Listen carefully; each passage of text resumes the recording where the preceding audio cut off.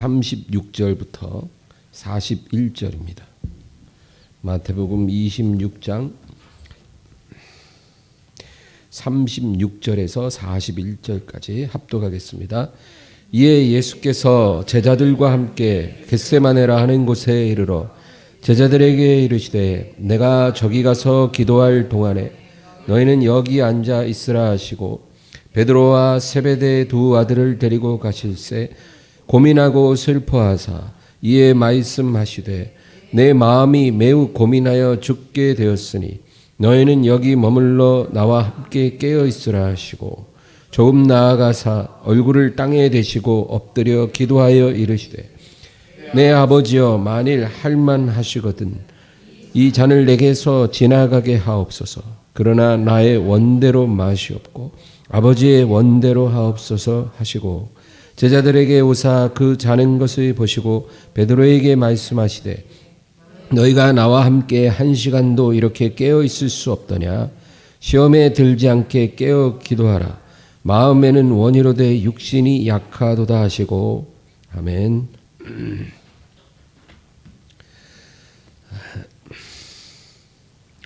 오늘은 기도에 대해서 나누고자 합니다.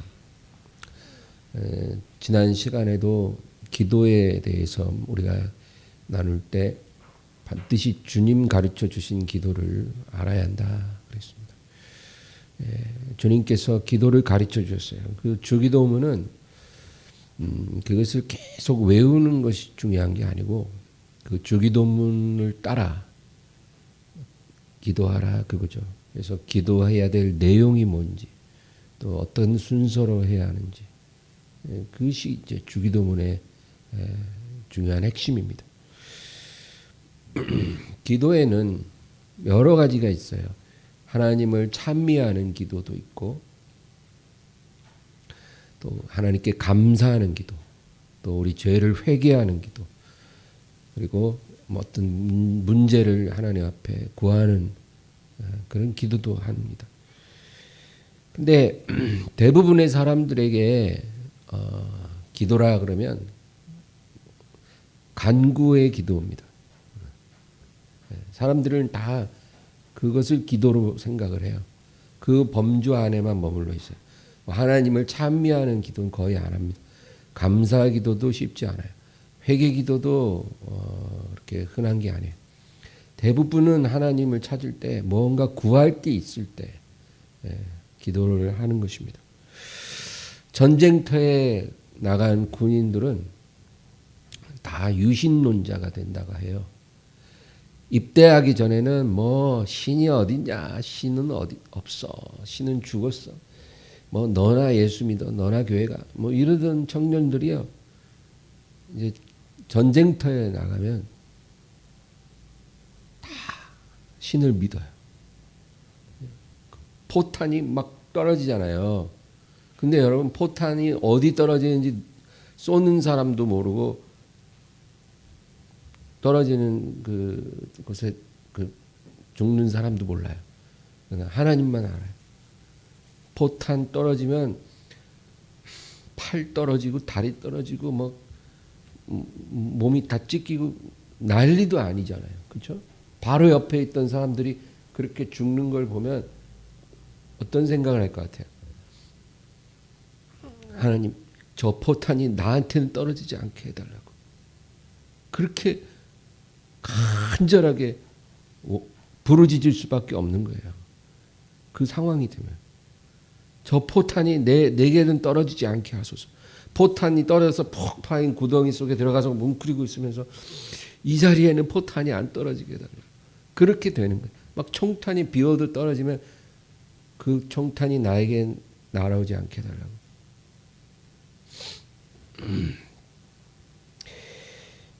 사람은 한계 상황에 처하면 운명을 주관하시는 신을 찾게 돼 있어요. 그러니까 평상시 때 뭐 신이 어딨냐, 그 나약한 사람들이나 믿지 이렇게 말하는 사람들은 아직 철이 안 들어서 그래요. 자기가 얼마나 어리석은 사람인지를 모르는 거죠. 여러분 또 한 가지 예를 든다면 어떤 사람이 바다에 표류를 해요. 배가 이제 난파돼 갖고 다 죽고 이제 자기 혼자 널판지 하나 잡고 망망대해 둥둥둥 떠 있는 거예요. 사방을 봐도 뭐 섬도 하나 안 보여요. 완전히 망망대해 한가운데 널판지 하나 붙잡고 떠 있는데 그것도 잠깐이죠. 이제 해 떨어지면 저체온증으로 죽어요. 이제 자기가 살 수 있는 시간이 얼마 없는 거예요. 여러분 그런 처지에 처하면은 사람이 어떤 반응을 보일 것 같으세요? 무신론자도요. 그때는요. 하나님 찾아요. 하나님 배가 한 척이라도 지나가게 해주세요. 해 지기 전에 해 떨어지면 끝나죠. 배가 지나가도 못 볼 테니까. 배가 한 척이라도 지나가게 해주시고 그 배가 저를 발견할 수 있게 해주세요.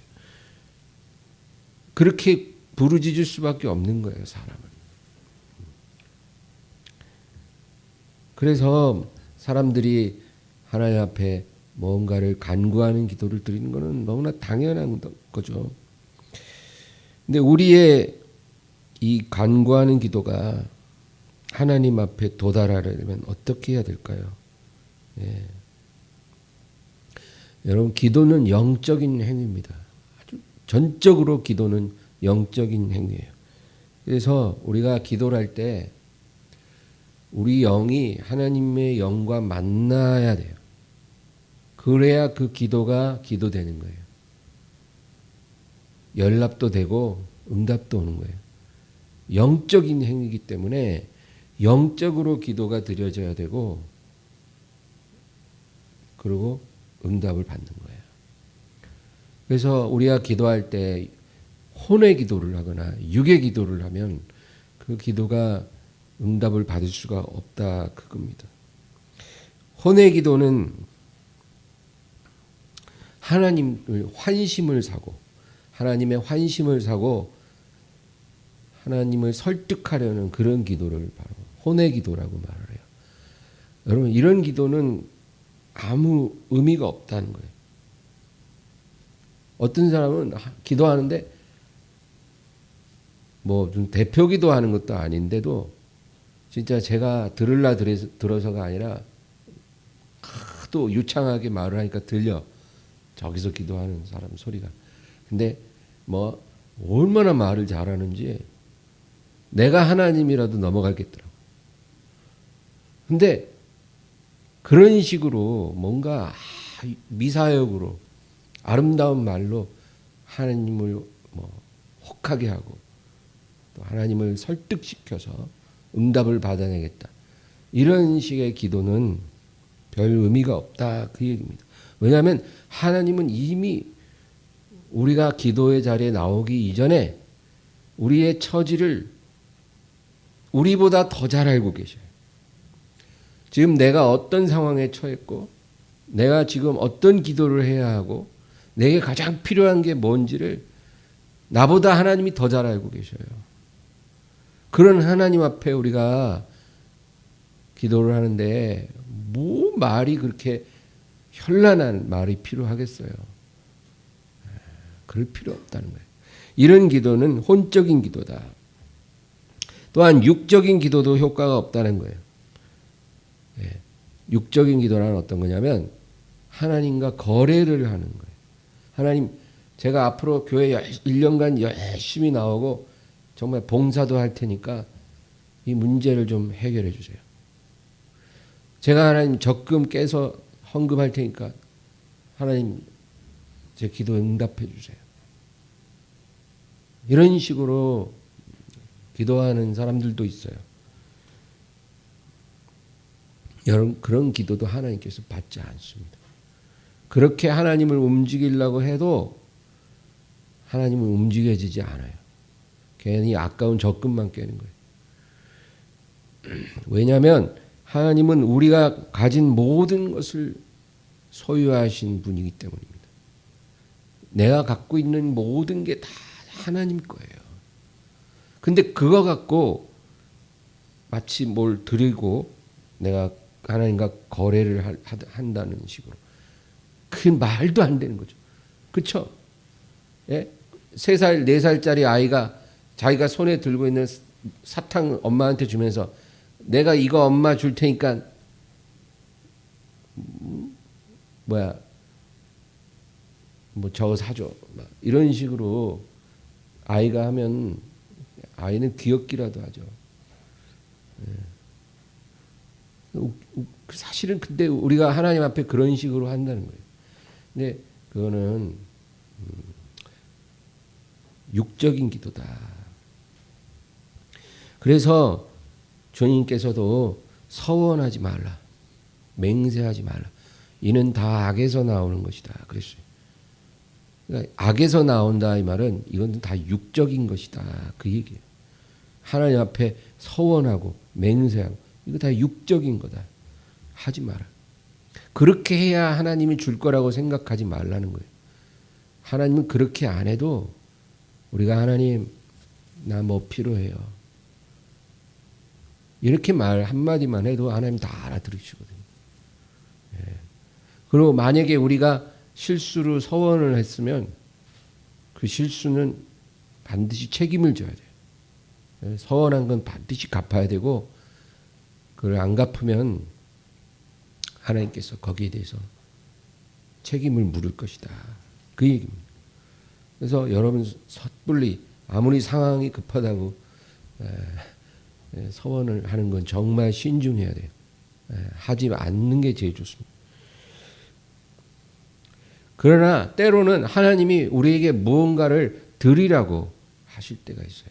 하나님이 먼저 우리에게 제안을 하는 거예요.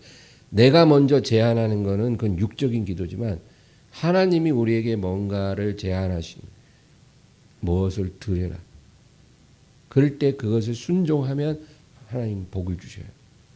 그것이 물질이든 뭐 시간이든 내가 가진 재능이든 하나님이 우리에게 뭔가를 드리라 강하게 우리에게 사인을 주실 때가 있어요.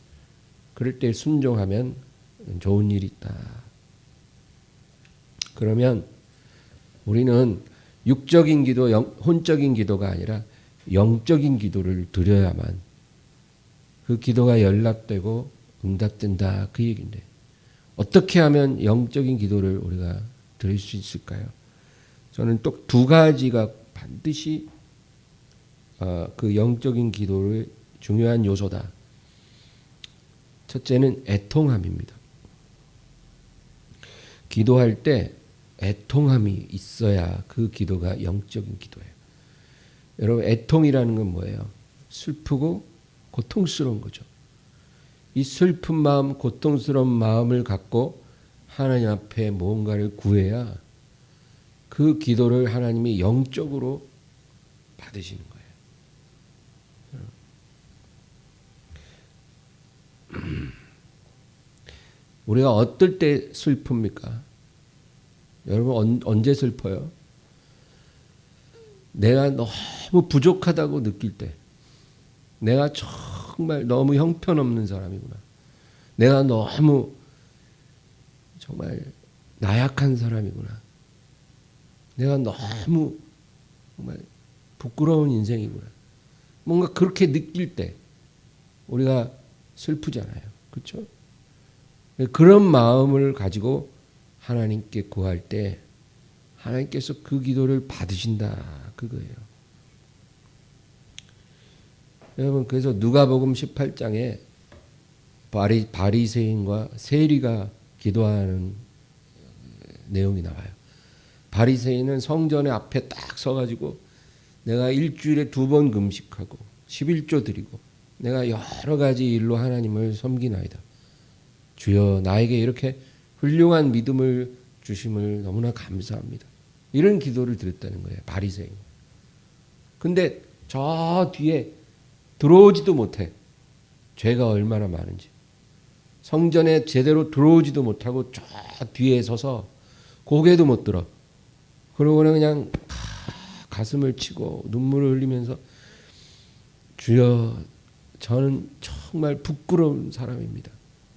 이 자리에 있을 자격도 없는 사람입니다. 그런데 제가 갈 데가 없어서 여기 왔어요. 주님 저는 정말 구제불능이에요.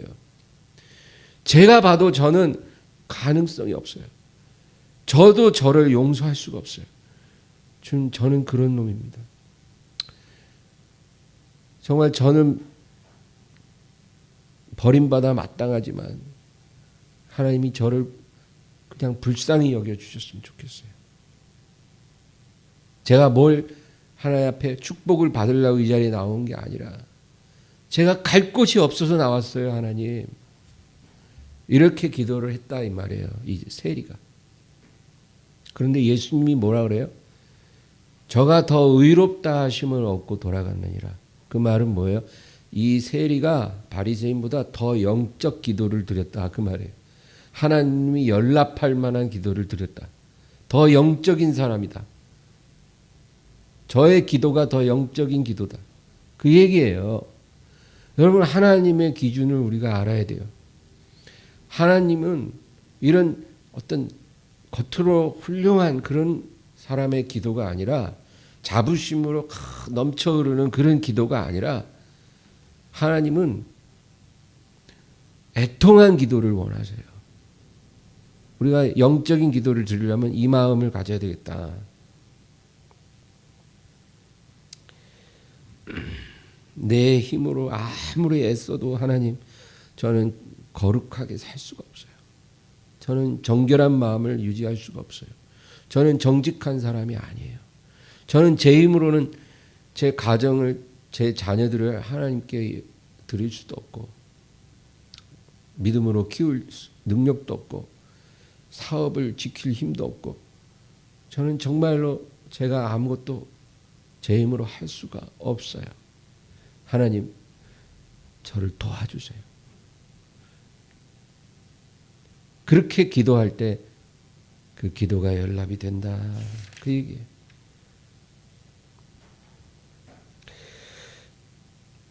영적 기도를 드린다. 그 말은 하나님을 더 하나님 되게 하는 기도다. 그 얘기거든요. 하나님은 우리가 진실로 하나님을 의지하는 기도를 기쁘게 받아요. 그게 하나님을 하나님 되게 하는 기도예요.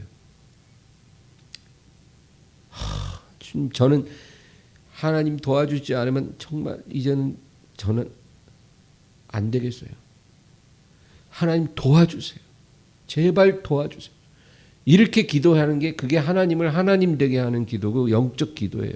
그래서 여러분, 우리가 내가 할 수 있는 노력 다 하다가 안 돼서 마지막에 하나님 앞에 나와 기도하는 거, 그 나쁜 건 아니에요. 우리가 어리석어서 인간적인 모든 노력을 다 하다가 실패하면 기도하잖아요.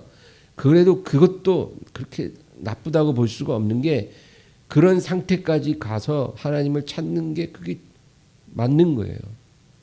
우리가 이런 경험을 하다 보면 이제 다음에는 그런 시행착오를 조금 줄이면서 아예 첫 판부터 그냥 하나님 앞에 나와서 바짝 엎드려 갖고 하나님, 저는 부족한 사람입니다. 하나님 도와주지 않으면 이 일을 감당할 수 없습니다. 이렇게 기도를 하겠죠.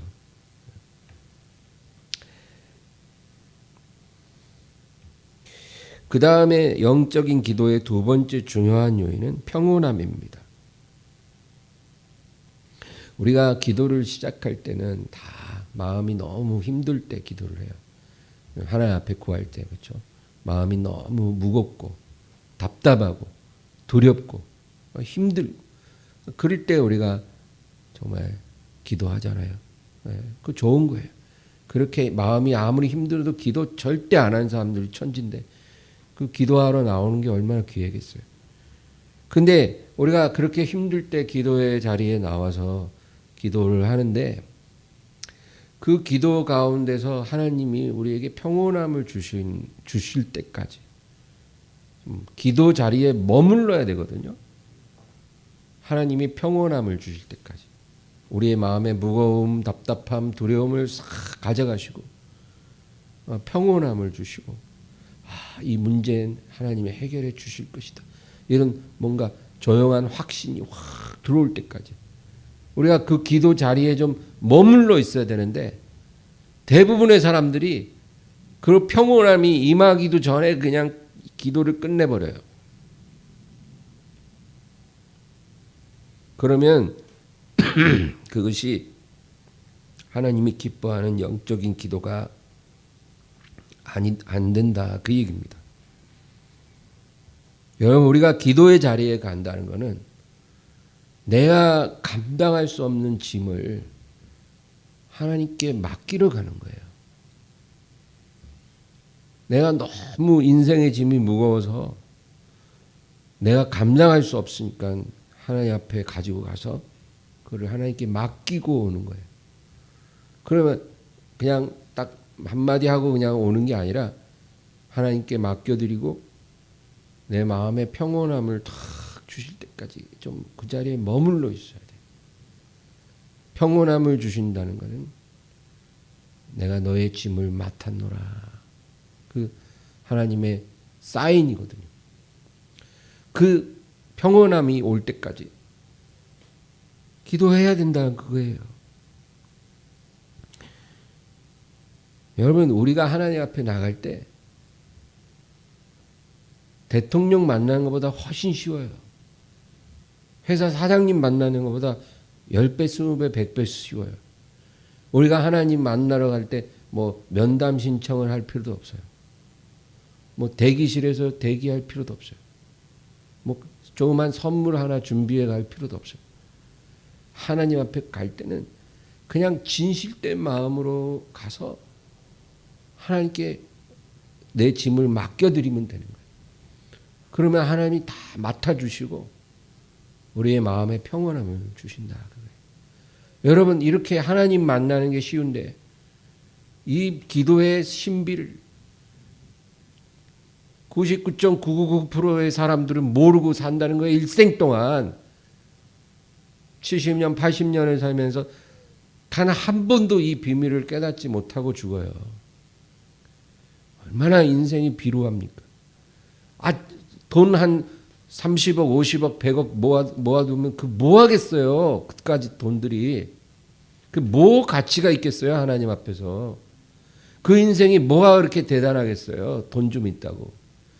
여러분, 차라리 그런 것보다 하나님이 주신 영적 축복을 깨닫고 그 진리와 기도의 신비 속에 살아가는 게 그게 더 복된 인생이 아니겠어요?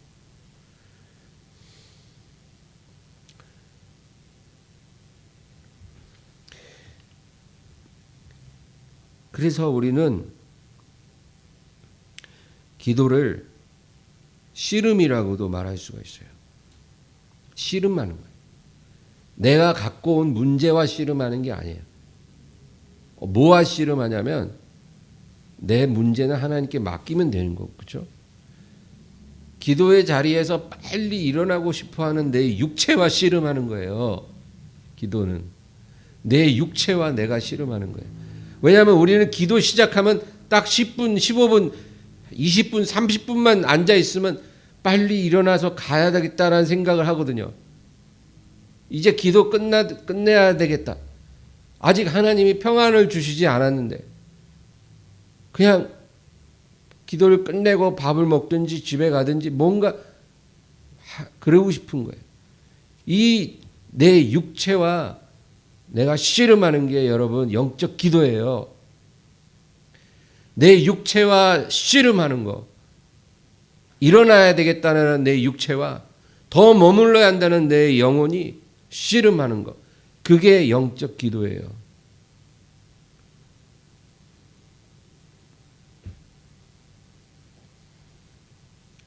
대부분의 성도들은 하나님 앞에 1시간 머무는 것도 힘들어해요. 하나님이 하루에 24시간을 주셨잖아요. 밥 먹는데 2시간 걸려요. 하루 3끼를 먹든 2끼를 먹든. 그리고 잠자는데 7시간, 6시간 자요. 텔레비전도 막 2시간씩 봐요. 인터넷 검색하는데 막 몇 시간 가요. 길에서 몇 시간 보내요. 뭔가 이런 일들을 할 때는 그렇게 시간을 잘 사용하면서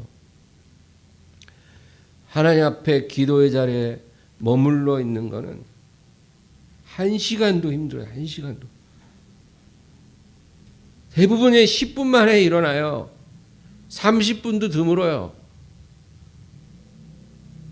크리스찬들 99%는 30분도 기도 안 해요, 하루에. 너무 과하게 말씀하십니다. 과한 게 아니에요, 여러분. 실제 그래요. 우리가 얼마나 기도를 안 하는지 하나님이 알아요. 오늘 본문은 주님께서 이제 기도하시러 동산에 들어가셔요. 근데 12제자를 늘 데리고 다닌 가룟 유다는 이제 예수님 팔아먹으러 잠깐 외출했고, 그리고 이제 11명의 제자를 데리고 동산에 들어가시는데 36절을 한번 읽어볼까요? 이에 예수께서 제자들과 함께 겟세마네라 하는 곳에 이르러 제자들에게 이르시되 내가 저기 가서 기도할 동안에 너희는 여기 앉아 있으라 하시고, 내가 저기 가서 기도할 동안에 너희들은 여기 앉아 있으라. 내가 기도할 때 너희들도 기도해라, 이게 아니었어요. 예수님은 내가 기도할 동안에 너희들도 여기 앉아 있으라. 마태복음 26장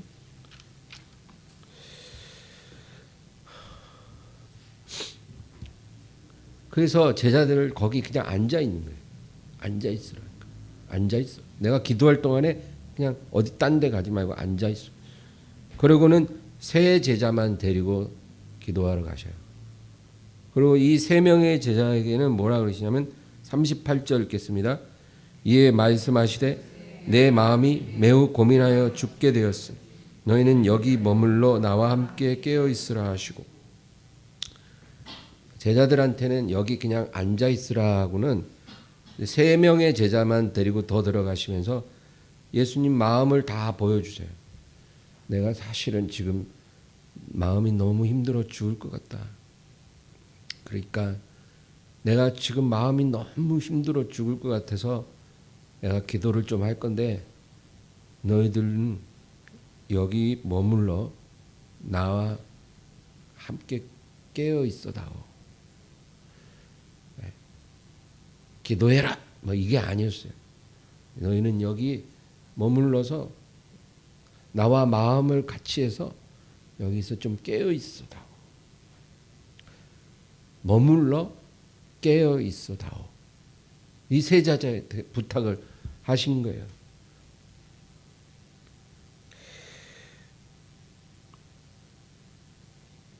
여러분, 이 기도란 특별한 게 아니에요.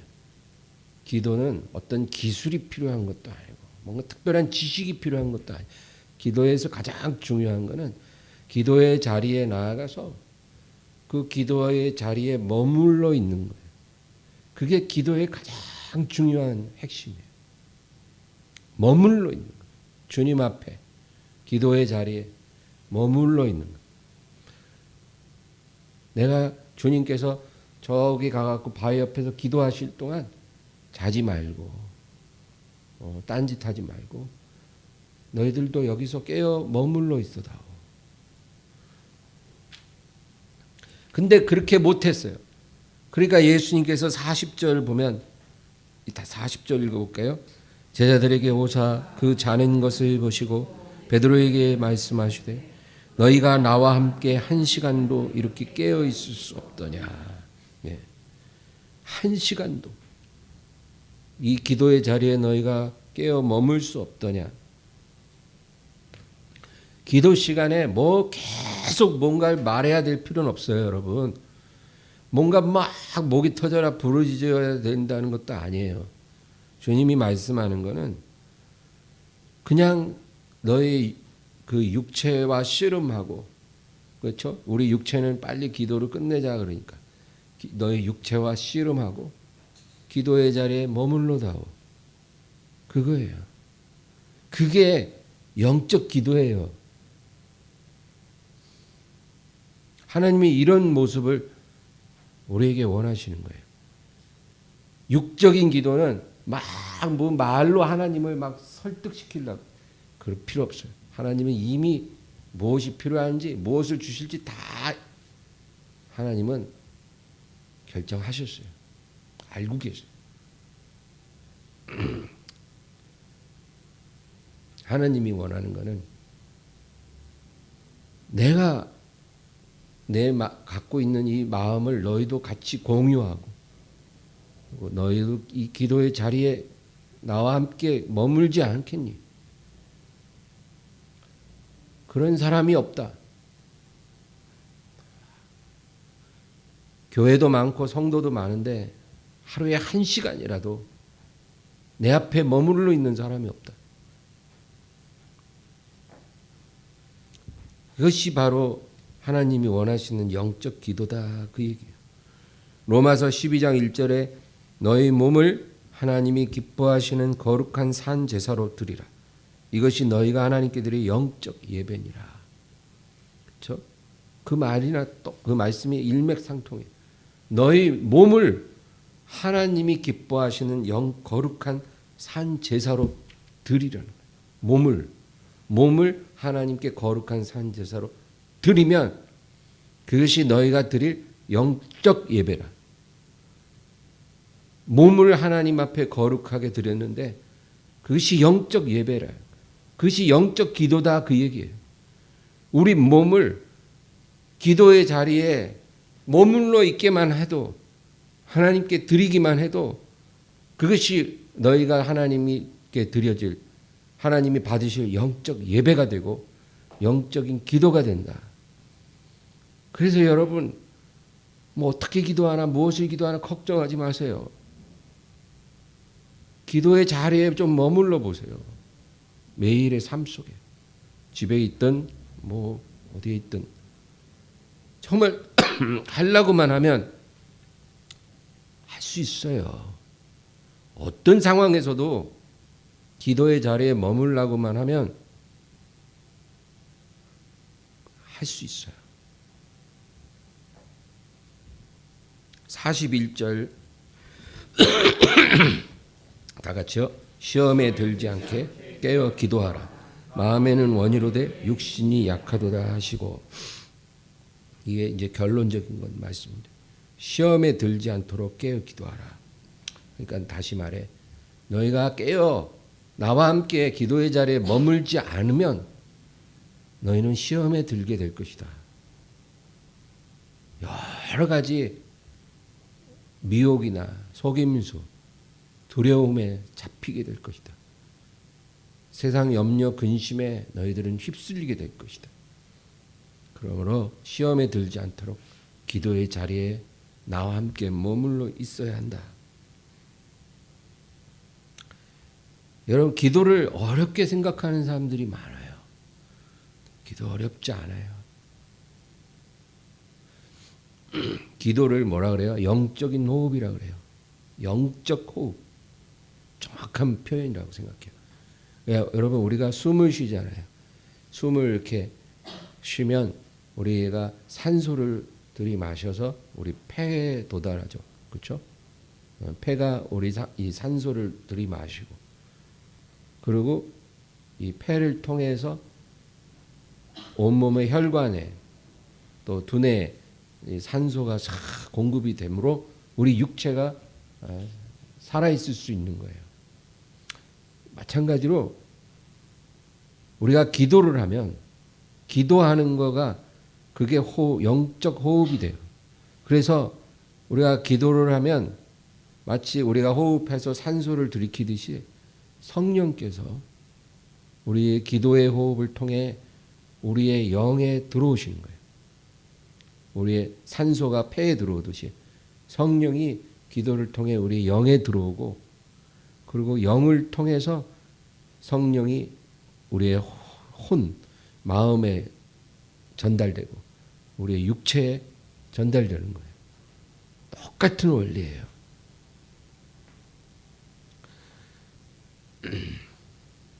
그래서 우리가 기도하면 성령이 먼저 우리 영을 주장해서 우리 영이 살고, 그 다음에 혼이 살아요. 우리 마음이 회복된다, 그 말이에요. 그래서 두려움이 사라져요.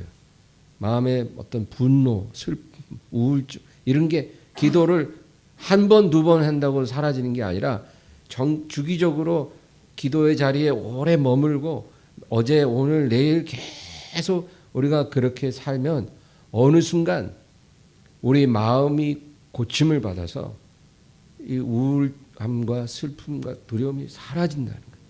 그리고 그 자리에 기쁨이 오고 평강이 오고 담대함이 오는 거예요. 마음이 그렇게 회복이 되는 거예요. 그리고 표정도 환해져요. 기도를 계속하면. 잠도 잘 와요. 잘못된 생각들이 사라져요. 헛된 소원들이 사라지고 하나님이 주시는 새로운 소원이 우리에게 들어오고 이런 여러 가지 좋은 일들이 일어나요. 기도를 하는 사람에게 일어나는 제일 좋은 변화가 뭐냐면 하늘나라를 소망하는 마음이 생겨요. 여러분 그것이 진짜 축복이라고 저는 생각해요. 오늘 우리 아까 찬양도 너무 좋은 찬양인데 정말 우리가 이 세상에 발을 딛고 살지만 하늘나라를 소망하는 마음이 커져가야 돼요. 날이 갈수록. 하늘나라 빨리 갔으면 좋겠다. 이 세상이 점점 싫어져야 돼요. 그게 기도하는 사람에게 일어나는 중대한 변화예요. 그게 정상이에요. 하나님의 자녀는 점점 그렇게 되어져야 가는 게 정상이에요. 이 세상이 점점 싫어져야 되고 하늘나라 빨리 가고 싶은 마음이 점점 커져가야 돼요. 그렇지 않고 있다면 지금 상당히 문제가 있는 거예요. 그게. 하늘나라 가고 싶은 마음 별로 없고 아유 이 세상에서 그냥 천년만년 오래 살았으면 딱 좋겠구만. 돈 많이 벌어갖고 명품으로 온몸에 떡을 치고 그렇게 살아봤으면 좋겠다. 소원이 없겠다. 이런 마음으로 산다면 그거는 그 기도의 사람도 아니고 성령의 사람도 아니에요. 그러므로 여러분 오늘은 기도에 대해서 우리가 나눴어요. 기도의 자리에 오래 머무르는 것이 정말 중요하다. 언제까지? 하나님이 평강이 우리에게 임할 때까지. 시작할 때는 애통함이 있어야 되고 마칠 때는 평온함이 임해야 돼요. 그럴 때까지 기도의 자리에 머무는 거. 그게 바로 영적 기도고 그게 영적 예배예요. 이렇게 되기를 주의 이름으로 축원합니다. 오늘 말씀을 생각하면서 우리 간절히 기도합니다. 주여 주여 주여